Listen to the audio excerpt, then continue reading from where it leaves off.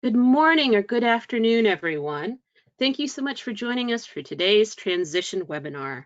My name is Erin Page, and I'm the Senior Law Librarian on staff here at Fastcase Legal Research. Before we begin, a couple of quick housekeeping announcements, and then I'll introduce my co-presenter. Our first announcement, you may have noticed that you're currently in listen-only mode. This is to cut down on the amount of background noise so everyone can hear me. However, we welcome questions during today's presentation. We'll do our best to address as many of them as possible live during the presentation, but if it's something complicated, we may reach out to you directly after today's presentation. To ask questions during today's presentation, please use the questions button on your GoToWebinar pop-up, which should still be on your screen. Second announcement, today's session is not for CLE credit. Again, today's session is not for CLE credit. We do offer webinars that are for CLE credit. Those webinars are offered on every Thursday of the month, and you can sign up for those webinars at fastcase.com/support. Again, last time through, we welcome questions during today's presentation, and today's session is not for CLE credit. All right, with that out of my way, I'd like to introduce my wonderful co-presenter, Ken Strickland Garcia, who will be joining me in telling you all about the new Fastcase 7 system. Ken, you want to say a few words? I do. Before I do that, I'm going to add a couple of announcements. This is why we do this in conjunction. Number one, if you're experiencing audio or video issues, Erin, can you make sure that the users have in the questions box the dial-in information? So if you're having audio issues using computer audio, you do have the dial-in options via the phone that is in your confirmation email that you received at the time of registration for the session. Erin is also going to place it in the question and chat box for you. Now, for those who are unable to hear audio or unable to see video during the session, I also encourage you do not fret, because we will be providing everyone who registered for the session, whether you're able to attend it live in its entirety or just in part, with a full, unobstructed recording of both audio and video. So just keep that in mind as we have several hundred people on the session and are unable to individually troubleshoot person by person. And the last thing to say about housekeeping is the most important thing to take away from this session is that no fretting is allowed. With the transition from old Fastcase to new Fastcase, we are going to be doing a number of these trainings, and we will also allow our users to have access to both versions to get comfortable between the two for an extended period of time. So I think that is a great place to start, don't you, Erin? Why don't we start with showing? Sorry. Why don't we go with showing them how to transition between the two versions? Absolutely. So if you are a member of one of our bar partners who's already made the screen you're seeing right now is Fastcase 7, and you'll see this automatically when you log in. If you're one of our partners that has not yet made the transition, you'll see this screen. This screen is Fastcase 6, and this is our older platform. You are not losing access to Fastcase 6. I want to emphasize this up front. However, Fastcase 6 will eventually be phased out. No worries, no panic, not anytime soon. All right, to switch back and forth between the two platforms, if you're on Fastcase 6, you can get to Fastcase 7 two different ways. All right. Sorry about that. You can get to Fastcase 6 two different ways. Oh, I think we have a sound issue. Everyone, just 1 second.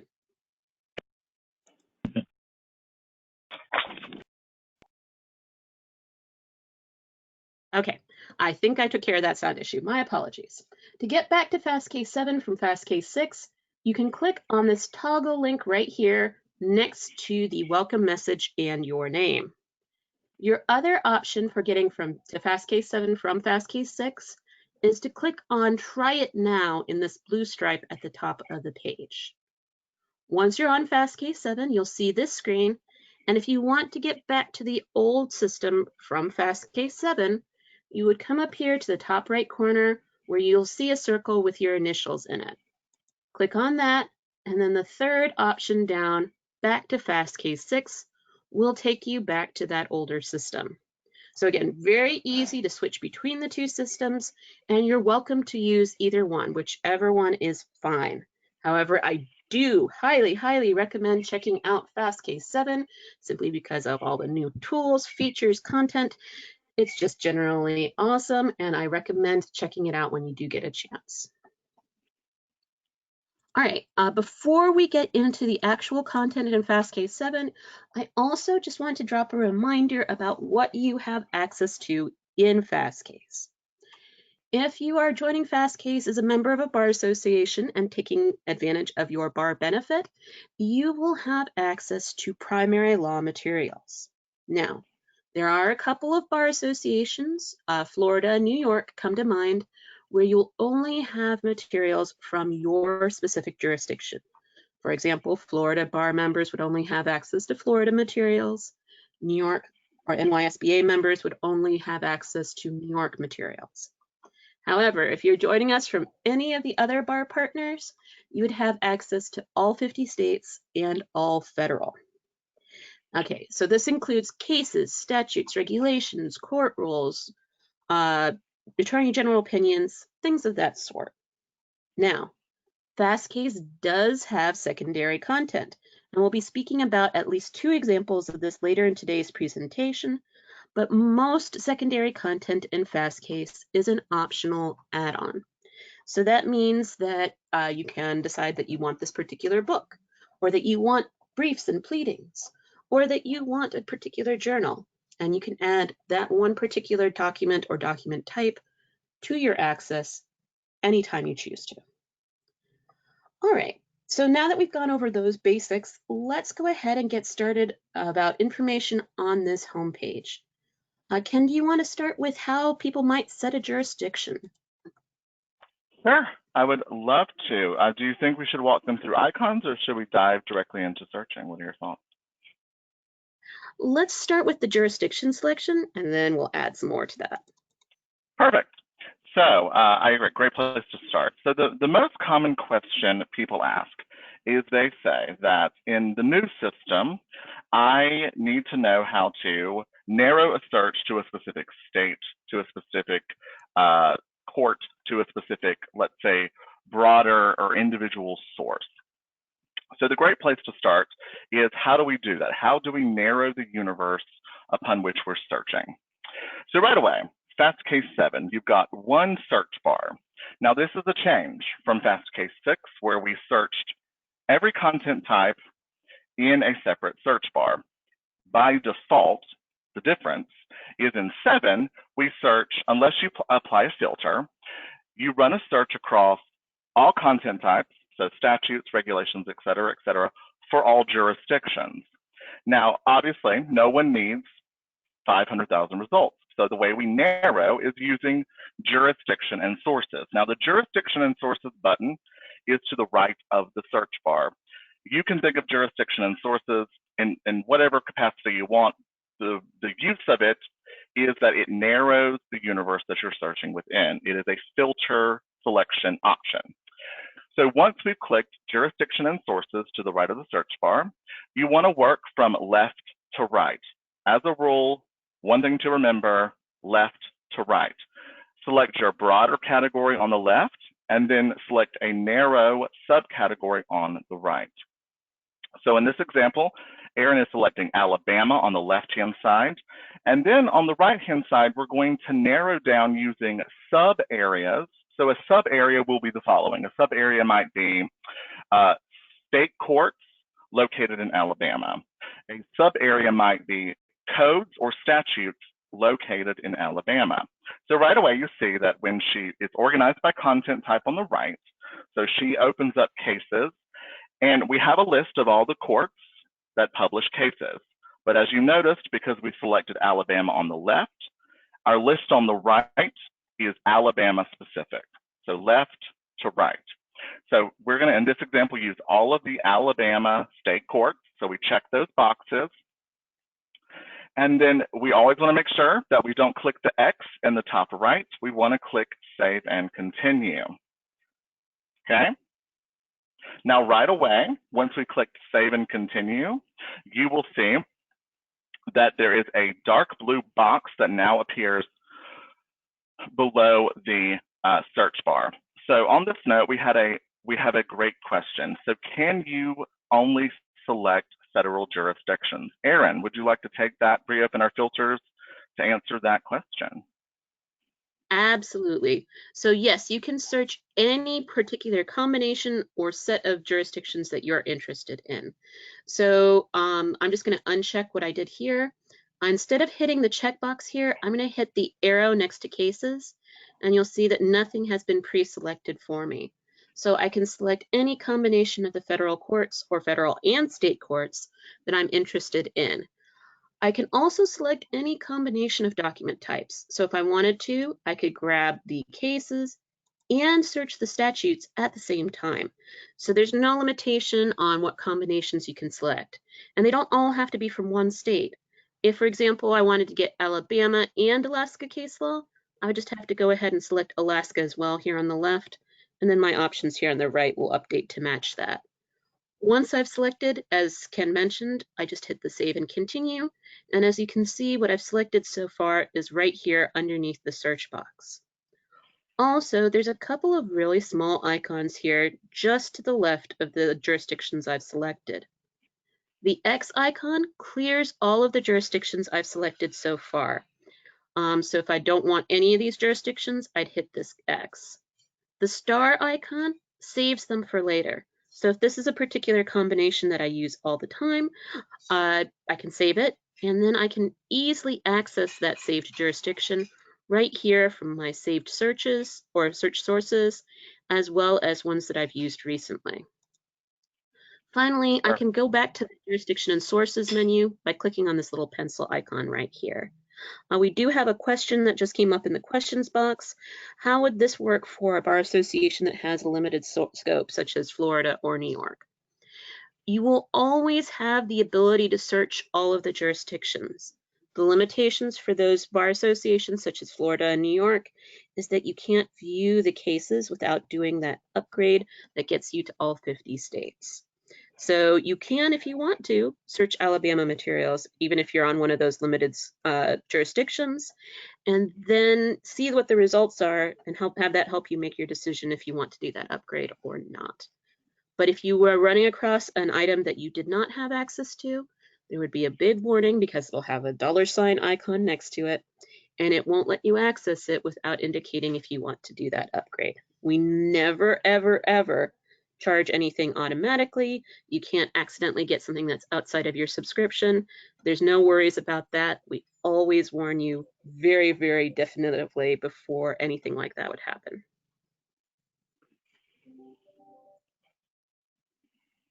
Okay. All right. So, go ahead. I was going to say, before we leave this page, now that we've talked a little bit about the jurisdiction and sources, let's also talk really quickly about the two icons that you'll see underneath this page, because I want to point out one more thing about jurisdiction and sources. So underneath this search bar, we have two big icons here at the bottom. The left-hand one is for the Fastcase blog. So the Fastcase blog is where we post announcements. So you'll see information about new content, new features, new tools, new partnerships that we have, all kinds of interesting things about what's going on with Fastcase.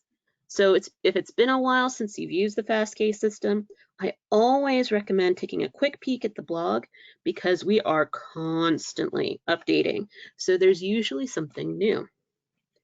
The other thing I wanted to mention is this icon right here that says Docket Alarm.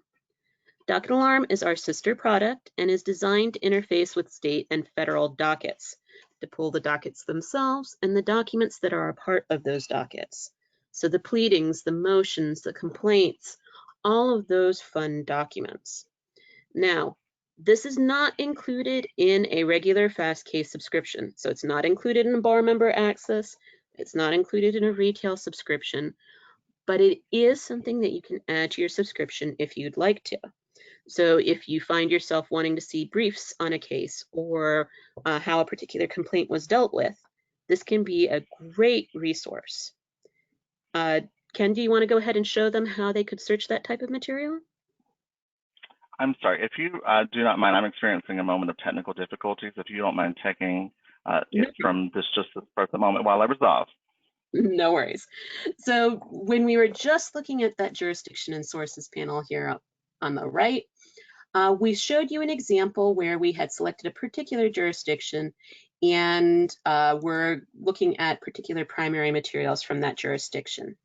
However, in the bottom right-hand corner of the screen, we have briefs, pleadings, and orders.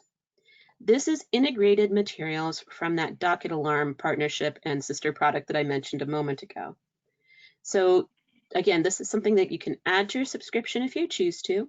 If it's the first time you're looking at it, you will get a couple of documents for free, so do check it out so you can explore it. But this would be how you could set yourself so that you could search for things such as briefs, pleadings, motions, orders and opinions, and other documents that are coming from the dockets. Docket Alarm does provide access to PACER and to state dockets, I think 23 states at the moment, and we are expanding that. All right, so that's just a really quick, brief talk about that.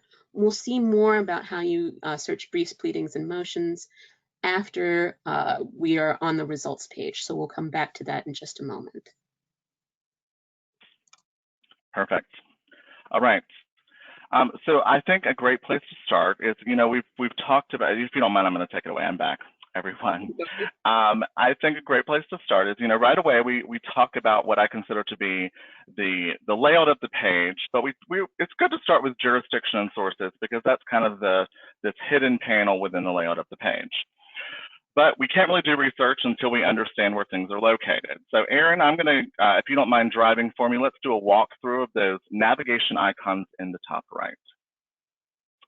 So in the top right, you are going to have 6 icons that follow you as you're doing your research. So it's going to follow you from the main page with the search bar to your results page. Now let's walk through these icons briefly from left to right. Okay, so the first relevant icon, I'm going to skip over that one because we'll talk about Clio in a moment. The first relevant icon we're going to have, so Erin has a stopwatch on hers. We do have an integration with Clio. So if you are a person who is tracking your billing and you have a Clio account, you can tie that into Fastcase as you're doing your research to assist with billing. To the right of that stopwatch icon, because not everyone will have it, only Clio subscribers, you do have a cloud. So the cloud is where you're going, anytime you download something, the cloud, if you'll click that for me, Aaron, the cloud is going to allow you to re-download things you've previously downloaded. If you're like myself and I will download something and forget where I've put it and I need to re-access it again, you find that by clicking the cloud, and then there's a box here that says past exports. This is also where you're going to have the ability to build a download queue. We'll talk about building a download queue when we get to document view in just a moment. If you'll close this out for me. Now, to the right of the cloud icon, you're going to have a clock icon with a circular line. So the clock icon is going to be, if you'll click that for me, it's going to be where we're going to store 3 important things. It's where we store our search history, so search and document history. So the 2 tabs on the left are going to be our search and document history. Fastcase 7, as part of the upgrade, does store with no expiration date all searches you run and all documents you open. The nice thing about this platform is not only does it store the information, you can click on either the title of a document you've previously opened, or you can click on the hyperlinked search query you've previously used to rerun that search or reopen that document. Now, yes. You also have go ahead. I was just going to say, this is a change from the Fastcase 6 system. If you remember Fastcase 6, you only had access to the first 10 searches or the most recent 10 searches that you'd run. This search is much, as you can see, this history is much more expansive, many more history and much more information about what you've previously done. Okay, back to you, Ken. Perfect. So the two tabs to the left of where we're storing our history information, you see we have bookmarks and saved searches. So bookmarks, fancy way of saying documents that I've saved. To the right of that, you have saved searches, searches that you've saved. So bookmarks and saved searches are where we go to specifically mark things, obviously, when we don't want to have to kind of sift through our search history in order to do so. Now, bookmarks and saved searches are going to work just like history in the terms of you can click the title of a document that you've saved, or you can click the hyperlinked query that you saved to either rerun the search or reopen the document. Now, the last tab on the furthest right of this pop-up is going to be where you can edit case law alerts. We'll talk about setting those up when we run a search in just a moment.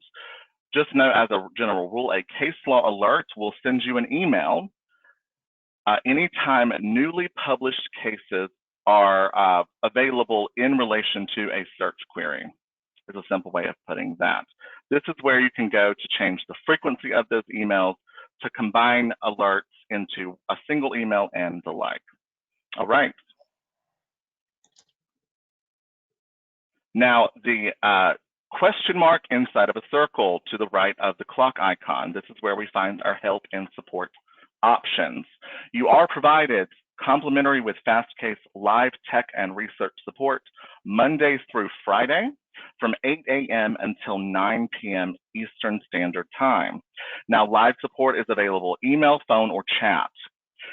Now, Aaron, if at some point, if you will throw the support phone number into questions, I will love you forever. But while we're talking about that, let's also talk about where to find chat support. So the chat support tab is going to be found in the bottom right of the research application. The nice thing about the chat support option, it follows you as you're conducting your research. It also allows us to do things like send you screenshots, copy and paste queries for you, and even send you links to search results as we're assisting with research. So I really like to emphasize, if you need assistance with things like queries, chat is the preferred option, because trying to dictate a query over the phone is a lot harder than I thought it was going to be as a general rule. So once you click on that chat tab in the bottom right, you enter basic information, email address, first and last name, and a subject line. You do not have to get fancy. Also, we do not keep your email for marketing purposes. It is only there in the event follow-up is needed, or to find your account if you are needing something like a password reset. Great question, and I will emphasize that chat support is available for everyone. It is complimentary, it is free, it is available for every user across the board, regardless of how much you could have access to a single case, which is not something we actually do. But you get what I'm trying to say. It is with every subscription, every single user across the board. We never charge for this assistance. You also have a couple of other really great resources to help you. So in addition to the live support that we were just mentioning, we have a couple of really great tutorial videos. These are short, 5-minute or less videos on various topics and various functions in Fastcase 7. So for example, if you don't remember how to print after we're done today, there's a video on that. We also have the webinars that I mentioned. You can sign up for those at fastcase.com/support, or just click on the webinar schedule here. We also have a change log. These show what changes have happened since the last time you used Fastcase. We have a step-by-step user guide with pictures showing how to use the Fastcase system. And we also have what we would call our Boolean tips. So if you're familiar with either using a Boolean or keyword search, we'll talk more about that in just a second. But this is the syntax that's used in Fastcase. And you can see an example of how to formulate a search and what results you would get from each of those searches. And again, all of these help materials are available from this question mark icon here in the top right-hand corner of the screen. The next icon over, this is apps and tools. And from here, you can see a couple of partners that we have with Fastcase. So we already mentioned Clio Practice Management. You also have Docket Alarm, our sister product for the dockets, pleadings, briefs, motions, etc. We have Law Street Media, which is our other sister product and provides information and news regarding dockets and other newsworthy items. And we have a partnership with TransUnion TLOXP People Search. So if you're needing information about a particular credit check or about information about where a particular person is, that is something that you can integrate into your Fastcase access as well. It is not included in your subscription, but is something that you can add to your subscription if you choose to.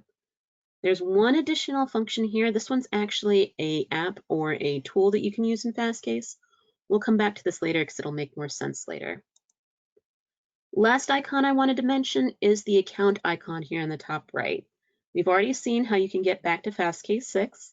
Logout is obvious, but there's two settings menus that you have available here. The account management settings icon allows you to do things like change your email address and update any payment information you might have. So if you've purchased a book or other subscription, you can maintain that here. And the settings icon right here, we'll come back to this mostly later, but this is where you can adjust what types of information appear in your search results, as well as what order those results appear in. All right, enough about the start page. Let's talk about actually running a search in Fastcase 7. So Fastcase supports all major methods of searching. So if you have a citation, you can enter that citation and go directly to that document. If you just have a concept or a topic or an issue that you want to research, you can also just enter that into the search box. Fastcase supports both major search methods, natural language searching, which is a search phrased as if you were speaking to another person. So if you could enter your question as a question, that would be a natural language search.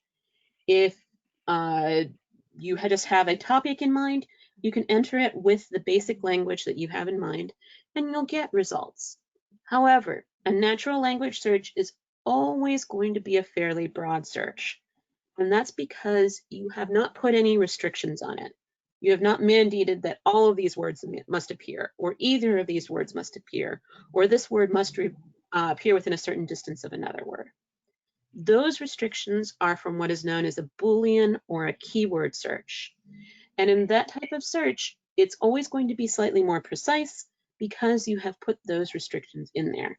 And those connectors were the ones that I was showing you just a moment when we were looking at the help and support materials. Alrighty, we just had a question come in. If one accesses through a bar association, how does one upgrade their individual subscription? So there are additional materials that are available that are not part of bar association subscriptions. Those would be books, treatises, journals, docket alarm, things like that. The easiest way to add those to your subscription is to use the browse mode. So we haven't talked about that. We will talk about that more in a minute. But if you go to browse mode, you'll see most of those options right there, and you can click on the item you're interested in and go to the payment screen for that item. Should I take it away to talk about the browse menu before we get into the results page? Absolutely, go for it. Perfect. This is one of my favorite features. Okay, so I regularly even ask myself as an experienced researcher who frankly works for Fastcase, how do I, number one, how do I know what I have? So what type of content is available generally in Fastcase, but also what type of content is available for a specific state, et cetera, et cetera. Or even more specifically, what type of secondary sources are available? Maybe you want to add a treatise or you want to add a book, et cetera, et cetera. So we answer all of these questions by using the browse menu. So browse menu, big blue button below the search bar, you click browse libraries.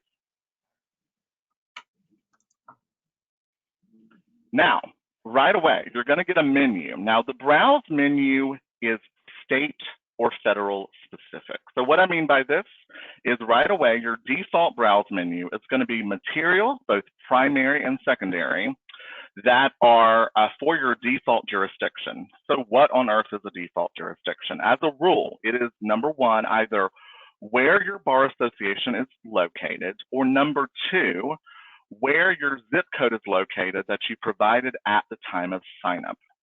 So Erin here is in Maryland.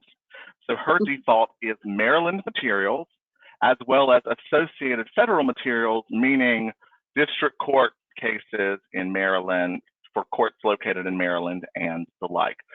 National codes like the US code, et cetera, et cetera. Now from this menu, you're gonna have a series of columns, and all of your content for that specific jurisdiction is gonna be organized in those columns by content type. Now you can change it. So in the top left of the browse menu, you do have this filtering bar that says change jurisdiction by typing. So Erin, can you type Oregon for me?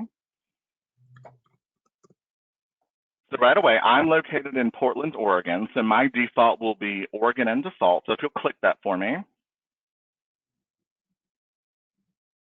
Now I now have the ability to come over here and see exactly the type of content I have as a general rule for this jurisdiction. Now there's a couple of other lovely benefits to the browse menu. The first one is, so Erin, can you hover over Oregon revised statutes for me? So the first one is that to the left of most of our sources, there's this little eye icon, and you see that Erin's hovering.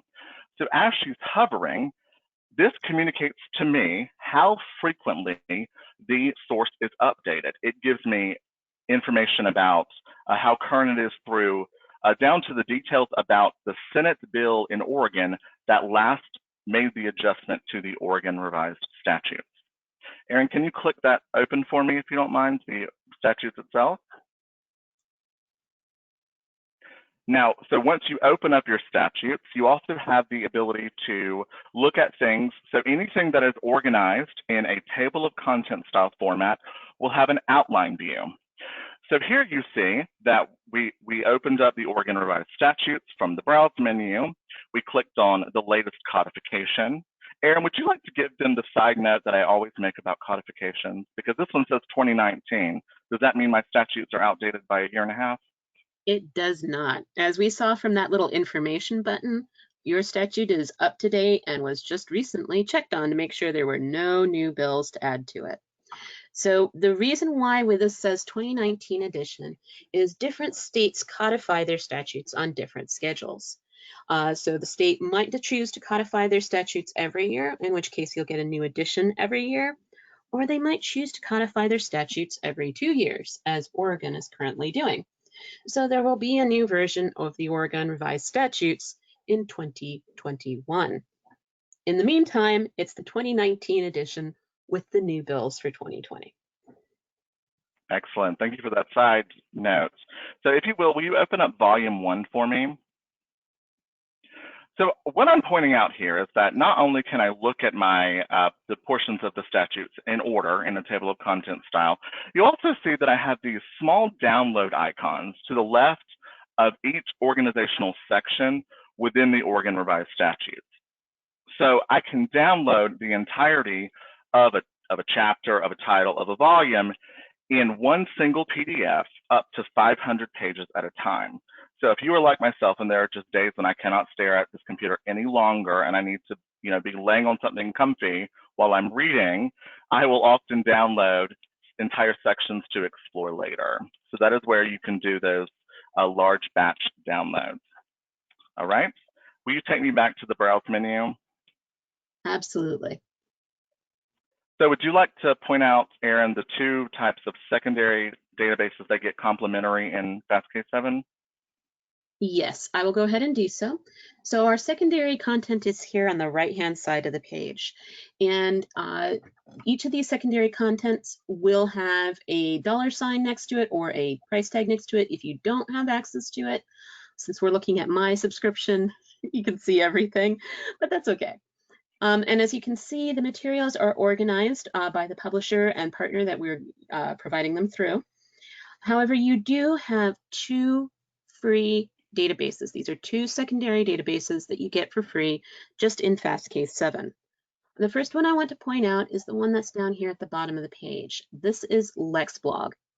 LexBlog is the largest curated database of legal blogs anywhere. So you can see great short articles and blogs from leading practitioners, professors, and other leading stars in their particular fields. Now, one icon that we haven't mentioned yet, just to the left of all of these libraries that we're looking at right now, all of these libraries will have a little magnifying glass next to them. Any library that has a magnifying glass next to it is one that can be searched. So for LexBlog, we don't have an outline view because it's not one book or one organized document, but we do have a magnifying glass next to it. This means we can search this particular database. So when I click on LexBlog, it's going to take me to the search box, but as you can see, LexBlog has been selected as my jurisdiction. So if we wanted to take a look at some of the great articles that have been written lately, I'm just going to use COVID-19 as an example, but there are tons of material in this database. So if a particular topic is too recent or too cutting edge to have a lot of journal articles on it or to have lots of treatises on it, LexBlog is a great source to get learned thought and opinions on a particular issue, or to get at least a sense of what's going on in that particular issue. And the topics can be really, really specific. I'm very fond of this one right here, the COVID-19 and endangered animals. So what impact our current pandemic is having on endangered species. So some really great legal thought in that particular library. Going back to the browse mode for just 1 second, the other library that I wanted to point out that you have access to for free is JurisPro. JurisPro is a dictionary or a guide for expert witnesses. So in the JurisPro system, what you're getting is information about those expert witnesses, their education, their basic contact information, what areas they specialize in. Is there a particular field or a particular topic that they testify regarding? Are there any subspecialties they have? All kinds of information that would be interesting and useful to have about a particular expert witness before you run into them in court or before you want to reach out to them as a practitioner for your particular case, etc. So again, the JurisPro and the LexBlog databases are available to you for free in Fastcase 7. All right, we're back to the home page again. And as you might have noticed when I was clicking through those windows, you can come back to this home page at any time by clicking on the Fastcase logo that will be in the top corner of any other page in Fastcase. And the reason why we're back to this home page is I want to show you something about the search box. And this happens with every search box in Fastcase. As you begin typing in the box, you'll see a tool that's unique to Fastcase 7, and that's called Type Ahead. Type Ahead is a form of predictive typing, and you might have seen a similar tool if you've used Google or Bing or Yahoo recently. But what Type Ahead does is it looks to what you've typed so far and makes suggestions for particular search phrases or specific documents that you might be interested in based off of what you've typed. As you can see in the example on the screen right now, I don't even have to type a full word. I don't even have to type Marbury, as in Marbury versus Madison, before the system is already making relevant suggestions for me. And as you can see, right there is Marbury versus Madison. So this works for any information that you have, party names, document titles, citations. You don't have to type a full citation into the Fastcase system before it will make suggestions for that particular document. So this means that you don't even have to type a full word before you can find the document you're interested in, click on it, and go directly to that document. So yes, it is entirely possible to be logged into Fastcase for less than a minute and have what you need in your hand. All right, so if you don't have a specific document in mind, you can always enter any particular search phrase that you're interested in, and then you're off to the races. Let's go ahead and just use something very simple, arson. As I mentioned, or as Ken mentioned at the beginning of today's presentation, if you don't set a jurisdiction before you run your search, the system is going to search all jurisdictions. So that means all courts, all document types, all states, all federal material, everything. As you can tell from my current search, that sometimes results in a lot of results. At the moment, 73,000 of them. Ken, do you want to tell them how they can narrow this down without having to go back to the home page? Yes. Yes. So there's really two ways of narrowing the universe of search results. So some people prefer to do what we did at the beginning. So they prefer to be at the search bar, click jurisdiction and sources to the right of the search bar, and then select things like your courts, your statute sections, et cetera, before your search results are populated. I'm always afraid I'm going to miss something. So I like to narrow the other way. So I told you, if we don't apply a filter, the general rule in Fastcase 7 is you're going to be running a search query. So in this case, I'm pulling up all legal documents for all jurisdictions, for all content types that contain the word arson. But obviously, nobody needs 73,000 results. So you can also narrow right from your results screen. Now, the way that we do that is we want to use, we're at a results screen. We want to use the panel on the left-hand side. So on the left-hand side, you'll notice that we have the words available sources, and then we have this little search bar there, and then we have checkboxes below it. So narrowing your results is as simple as typing in what you're looking for. So in this example, let's type in California. So you see, I'm typing in California. Now the checkboxes that were below that bar when it was blank now reflect narrowing filters, or now reflect individual jurisdictions and sources that are specific to the state of California. So I type in what I'm looking for, and then you simply check the boxes you desire below. So let's go ahead and check the Central District of California, Federal District Court.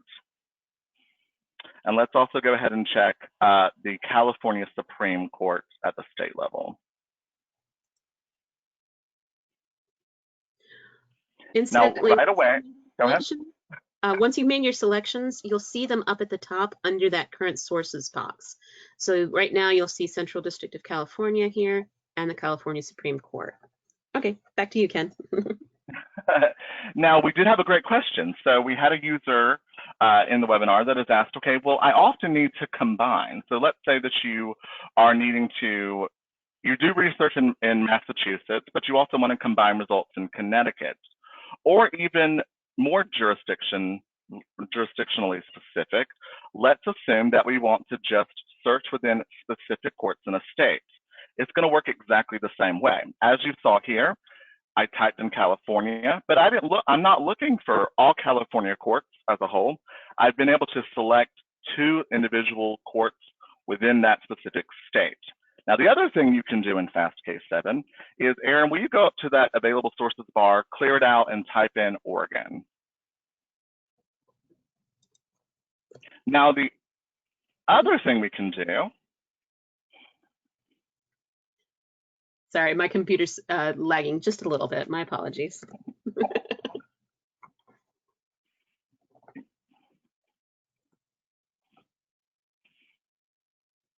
Oh, go ahead, Ken.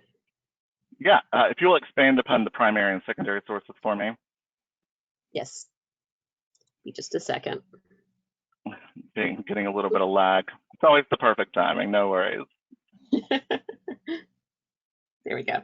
So right away, I'm pointing this out. So if you'll scroll down, will you actually select the Oregon statute for me? Absolutely. So I'm doing this to also point out that as you're filtering, either filtering before we run our search or using the checkboxes from the results screen, you can apply filters for not only different jurisdictions, so states or federal circuits, you can also apply filters for different content types. So if you'll scroll back up for me, Aaron,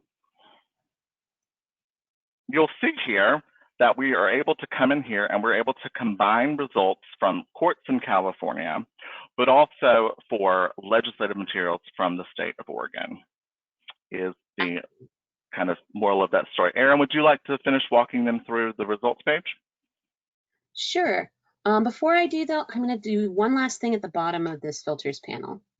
So in addition to being able to filter by a particular court or by a particular jurisdiction, we also have a couple more filter options down here at the bottom left.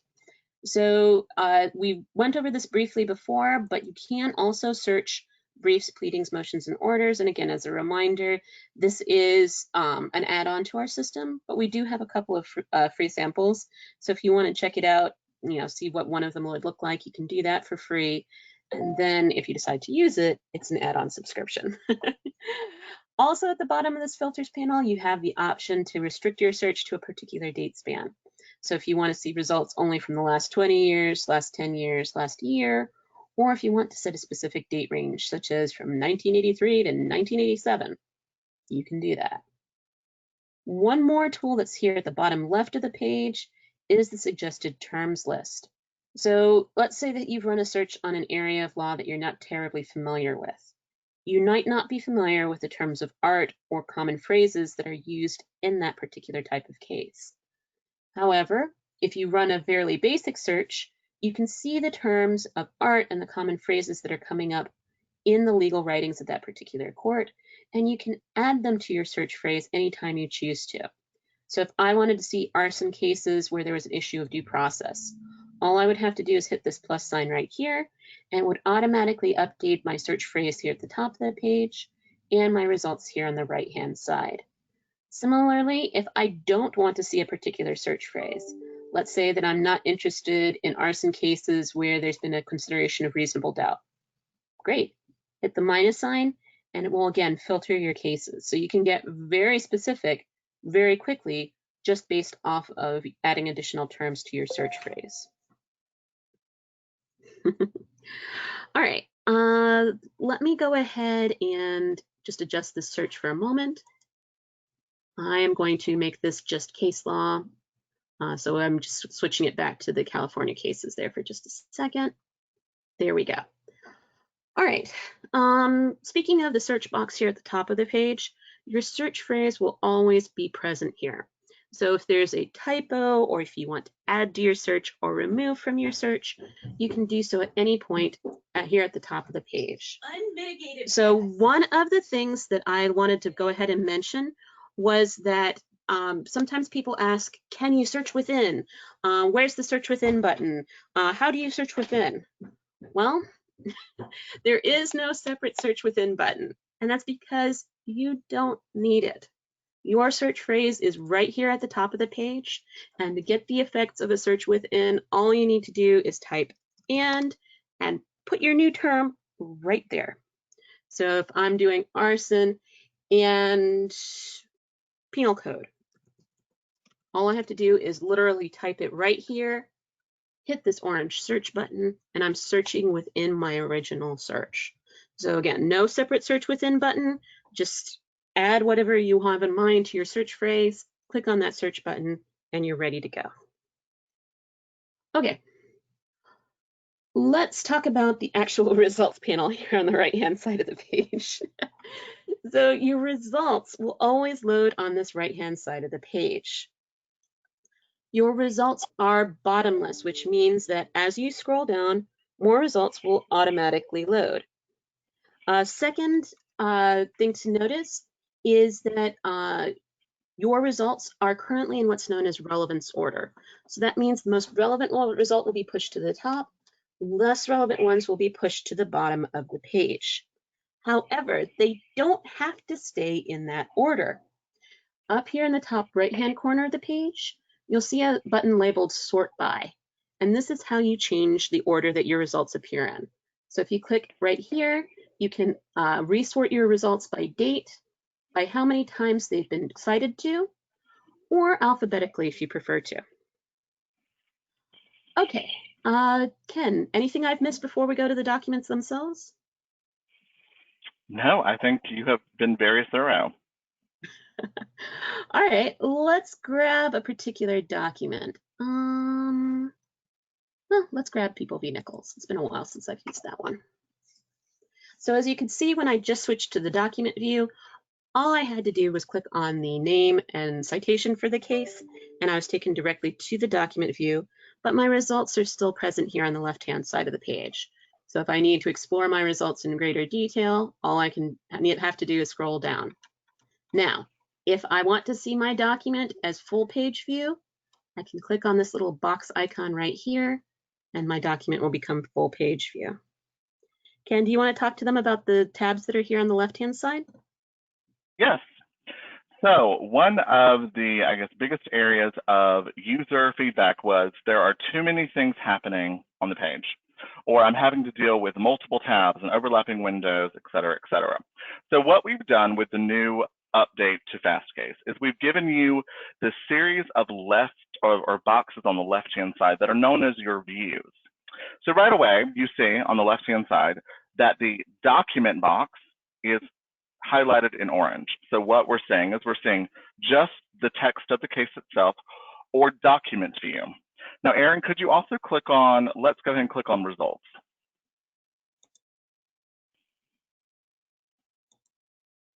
There it goes. Sorry for the delay.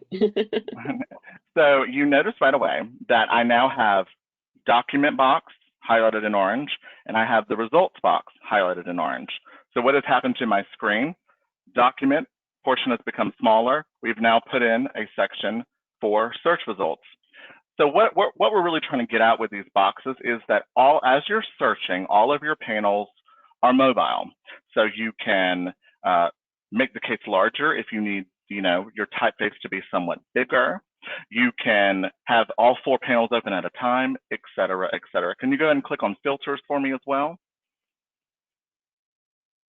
So you can see here, as we're going, our panels are moving around, but nothing is actually being exited off the screen. So you can, continue to toggle and just, really play around with the kind of spacing and the viewing that works for you without having to deal with all of these windows and tabs and all of the things that make me, as a general researcher, quite frustrated. So we have made this a little bit more efficient for you as well. Great. All right, so let's go back to the document view for just a second. All right, so the term that we use to find this document is the word arson. And as you can see above the document here on the left, my term that I use to find this document is highlighted. This term is also going to be highlighted anywhere it appears in this document. And I can use this term up here to jump from place to place where my search term appeared in the document. Now, let's say that I've been reading this document and I'm curious if another term appears somewhere in this case. I can enter the new term I'm interested in finding. And it would help if I spelled that right, wouldn't it? Let's go with something, there we go, burglary. Right spelling. All right, hit my search icon right here. And as you can see, my term is now appearing in another color. And I can use the term again to jump from term to term in my document. If I don't want to see those highlights, I can turn them off anytime, and I can just get rid of them if I'm interested. And you can also automatically jump to the most relevant paragraph in that particular document. Okay, Ken, take us away to how we're going to actually get this document onto paper. Okay, so the second most common question after how on earth do I narrow a search is how do I download or print something? So you have a number of ways. So to download, share, et cetera, you're going to want to open the text of your legal document, whether that's a case or a statute, blah, blah, blah. So the text of whatever legal document you're looking at. And you want to use the icons in the top right. So text of the case, icons in the top right. Now you have 2 that really matter. You've got this download icon. So download icon looks like a down arrow over a dash. If you'll click that for me. So with downloading, you have 2 options for downloading. You can click add to download queue. So what the add to download queue would allow me to do is I could open this case, add it to the queue. I could open another case, add it to the queue, et cetera, et cetera. Then I could go back to our favorite cloud icon and download all of those queued up cases in a single PDF or zip file. So if you are not interested in individual files, you're working on something in kind of one fell swoop, save yourself a bunch of individual files. It helps keep me organized, always just a matter of preference. And then you see where she's hovering currently. You then click that export and you name your batch and you continue on with your happy research lives.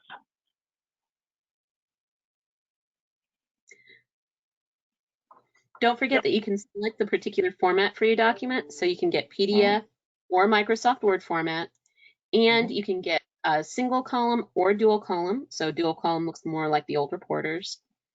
And for downloading these batched files, you do have an option to download them as one long document, or if you prefer, each document as a separate document in a zipped folder. I would also like to add that this is one of those exciting moments where I also just learned something, that you could do a batch download as a Word file. So let's continue on. If you'll close out the export menu for me. So the other way, of course, is we can click download now. So if you'll click download now for me. So download now is exactly what it sounds like. You're going to download just the single legal document you had open. So the same with the batch downloads, PDF or Word format, single column or dual column. You can also choose to have your search terms highlighted as well. Were you going to add something, Erin? So if you click on download, it'll show you that it's in process, and then eventually it will download to your computer. Now, it's pretty quick for short documents, slightly longer for longer documents. Don't forget that when it downloads to your downloads folder. So on your computer, it will end up in your downloads folder, and it usually ends up in the corner of your browser as well. So you can see, here's People v. Nichols. All right. Perfect. What about if you don't want to download it and you still want it on paper? Can you do that? Of course. So one of the features that we have just added in Fastcase 7 that I'm so happy about is you also have the ability to print using your browser's manual print functions. So that's a fancy way for saying for most browsers, you can print either right-clicking and clicking print or just clicking Control and P. So now, as a rule, people will click on Control and P, and then you simply select your printer and keep it moving. If you, let's say for the first time, you've clicked on Control and P, and the default typeface for a specific browser is too tiny, I always encourage people to play around with those print settings, because for Firefox, Edge, and Chrome, those selected print settings are sticky. So you only have to make those adjustments one time. If you ever need guidance on those settings, feel free to shoot an email over to support@fastcase.com, because for whatever reason, I really like talking about printer preferences. It's just become a side thing. Anyway, as you see here, you can change that typeface accordingly. As a nice little side pro tip is, if you are a person that doesn't want to deal with print settings, you always have the option to guarantee that your typeface is somewhere in the range of 12 to 13 font by downloading a file first, opening that downloaded file, and then printing that way. So when we're dealing with the typeface issues, that just comes with every browser, unfortunately, is browser specific and what the default font will look like. Is kind of that side tip there. Oh, we have the perfect question. We have the perfect question. Next to our downloads options, we have this icon that looks like a sideways V. This is your sharing icon, and from here you can share documents directly from Fastcase. And as you can see, to answer that perfect question, yes, you can email a document directly from Fastcase. Just click on it, it'll ask you for the email address of the recipient, and then the document that you selected will travel in the body of the email, so no attachments to worry about. You can also share a document another way from Fastcase, and that is what is known as a public link. So a public link is a public domain copy of the case or document that you're on, and this is available for all primary law documents. And anybody you send this link to, a friend, a colleague, a client, a court, opposing counsel, anybody that you send that document to will have access to a public domain copy of the document you were just on. They don't have to be logged into Fastcase. They don't even have to have Fastcase access at all to view that same document. And as you can see, it'll have the same formatting, pagination, citation as the document that you were viewing in Fastcase. So this is a great way to share a document with someone if you don't know what kind of access they have to legal research. You can also embed this link in a document. So if you have a particular citation and you want to make sure that people read it, you can embed this in a document, put it on your web page, however you'd like to use it. Do you want to tell them briefly about cloud linking? I would love to. So earlier we talked about that, what looks like a number pad, that icon in the top right. So cloud linking allows you to upload a legal brief, a memo, et cetera, and have the system essentially put those public links that Aaron was just referencing in the document for you. So it really is designed, and it's a complimentary tool, you don't have to pay for it. It's really designed to just kind of, in the words of Reese Witherspoon from Legally Blonde, to give it something extra. It's really designed to, ideally, hopefully, when you're sharing a memo with someone else for editing, et cetera, it'll allow them to do things like site check and the like, without having to worry about, am I logged into Fastcase? Am I a paid subscriber to Fastcase? It really just is a tool used to further our mission of like dissemination of legal knowledge without excessive paywalls. How was that? Perfect. So it's a really great system to use, and I do recommend taking advantage of it. We had oh, go ahead. I was going to put you on the spot about a completely unrelated question. Are you ready? I'm ready. Okay, so we've had a couple of users ask about cases that are originally published in Spanish.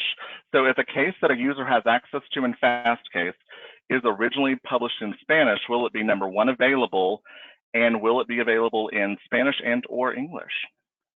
Yes, we do include documents that are in other languages.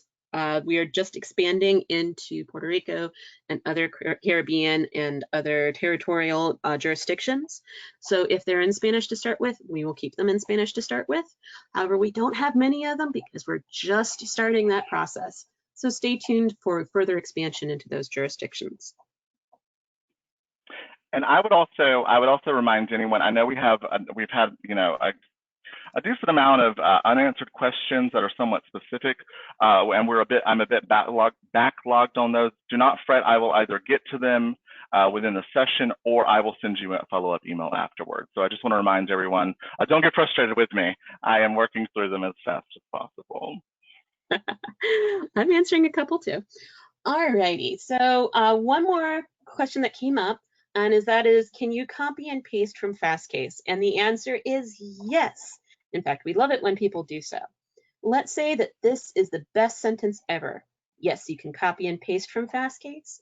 And by the way, when you copy and paste from Fastcase, it'll automatically bring, in addition to the section that you copied, the citation for the document that you copied it from, so that you can, or makes it easier to make sure that you're properly attributing and citing to the proper document.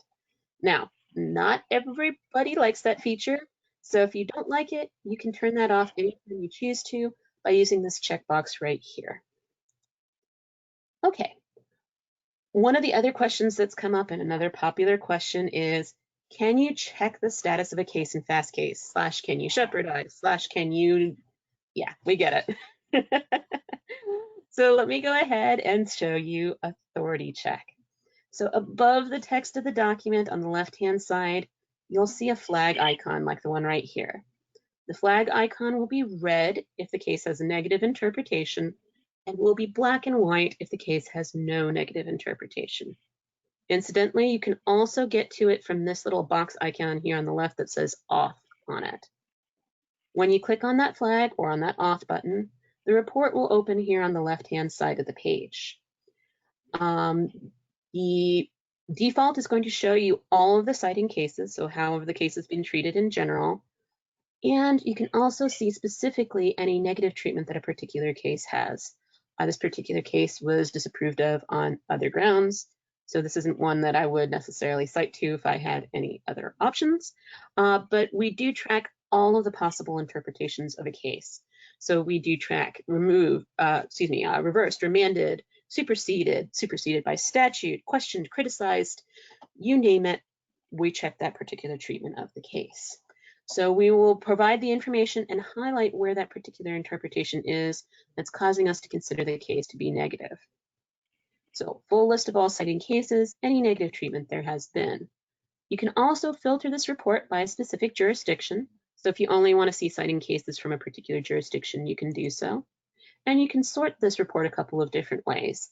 By default, it'll be in relevance order, but you can also see what the most recent citation is and what the most seminal citation is. And you can download this report separate from the document itself. Just click on the download arrow and it will download as its own document. So again, a lot of great information, and this is included in every subscription to Fastcase. All right, let's talk a little bit about statutes for just a second. We saw the statutes when we were looking at them in browse mode, but I just want to point something out really quickly. So I'm just going to use the Maryland Code for this example. And as we saw earlier, you can navigate down to a particular section in the code pretty quickly. I'm just going to grab criminal law. Homicide sounds fun. All right, so I've gone down to a particular section from the outline view, and I'm just going to click to open it. And just as we saw in the case view that we were looking at just a moment ago, my outline is still present here on the left-hand side, while the section that I've selected is here on the right-hand side. So again, very easy to continue to navigate through the outline if I choose to. And the one thing that's changed up here, we still have all of the features that we talked about up here, but the one thing that's changed is instead of having a flag, I have a capital A. Capital A is for annotations, and when I click on that, I'll get a listing of all cases interpreting this particular statute section. So yes, you do still have access to all of the annotations that you had in the old Fastcase 6 system. You just have to click on the letter A to display them on the left-hand side of the page here. Ken, do you want to talk about bookmarking and saving stuff for later? I would love to.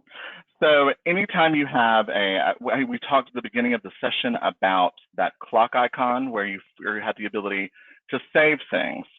Well, in Fastcase 7, you can, number one, you can save a document by bookmarking. So to do that, we do what Aaron is doing here.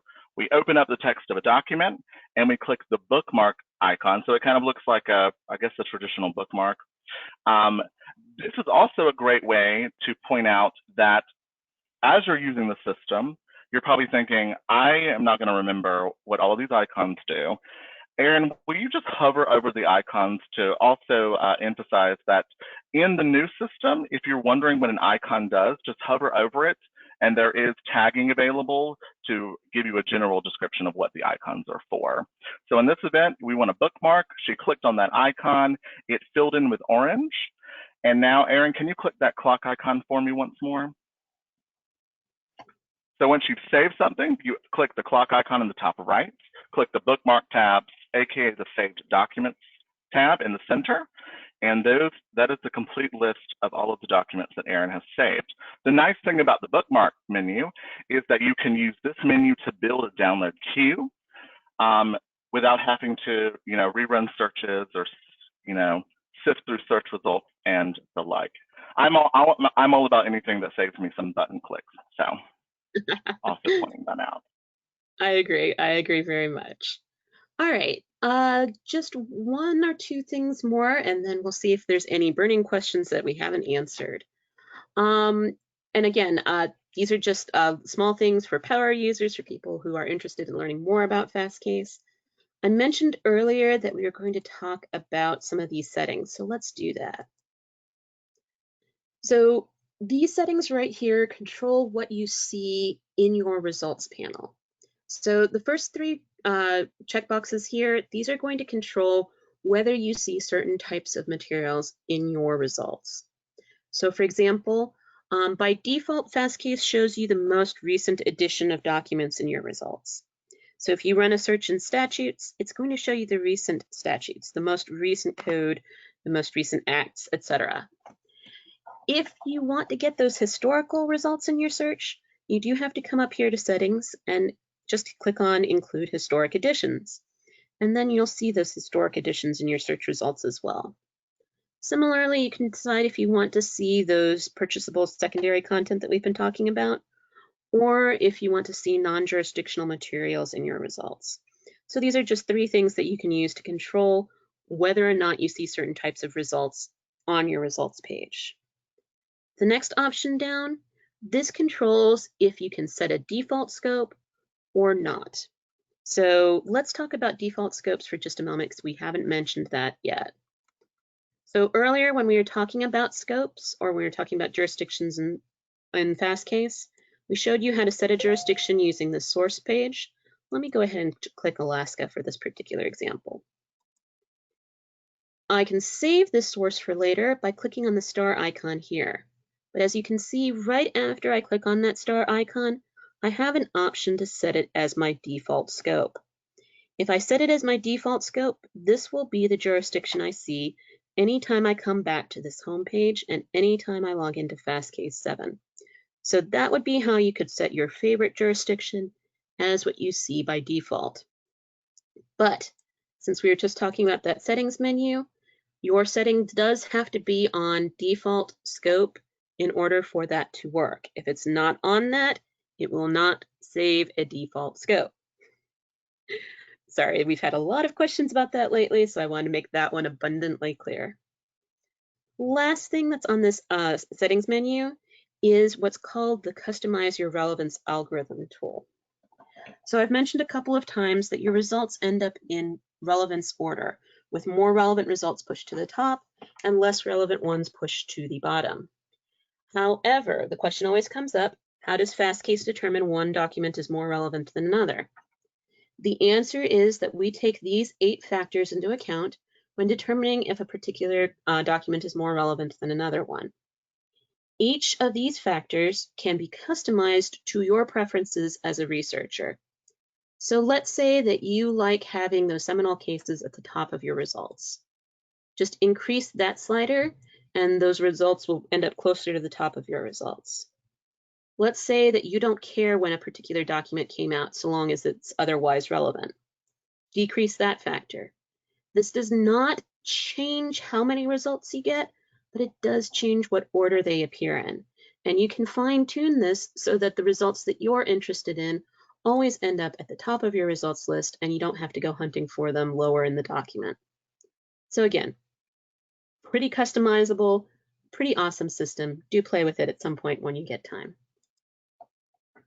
All right, Ken, have I forgotten anything?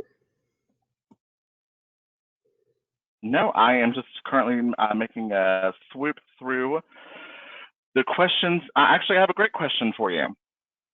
So we have users asking about how we do filtering for state courts. So can you open up the browse libraries for me? Absolutely. And can you switch over to New York?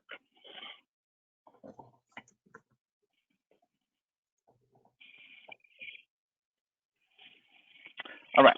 So to answer the question of how much parsing out or how much, filtering is available for our state courts, or for, can I narrow within a specific state court? I will say, as a general rule, you can really only filter within levels of state court. So you can filter by appellate courts in New York, or you can filter by Supreme Courts in Connecticut, et cetera, et cetera. However, in coming months, we will be working on parsing out these courts to where one could potentially be able to select, let's say, a specific appellate court in Florida, et cetera, et cetera.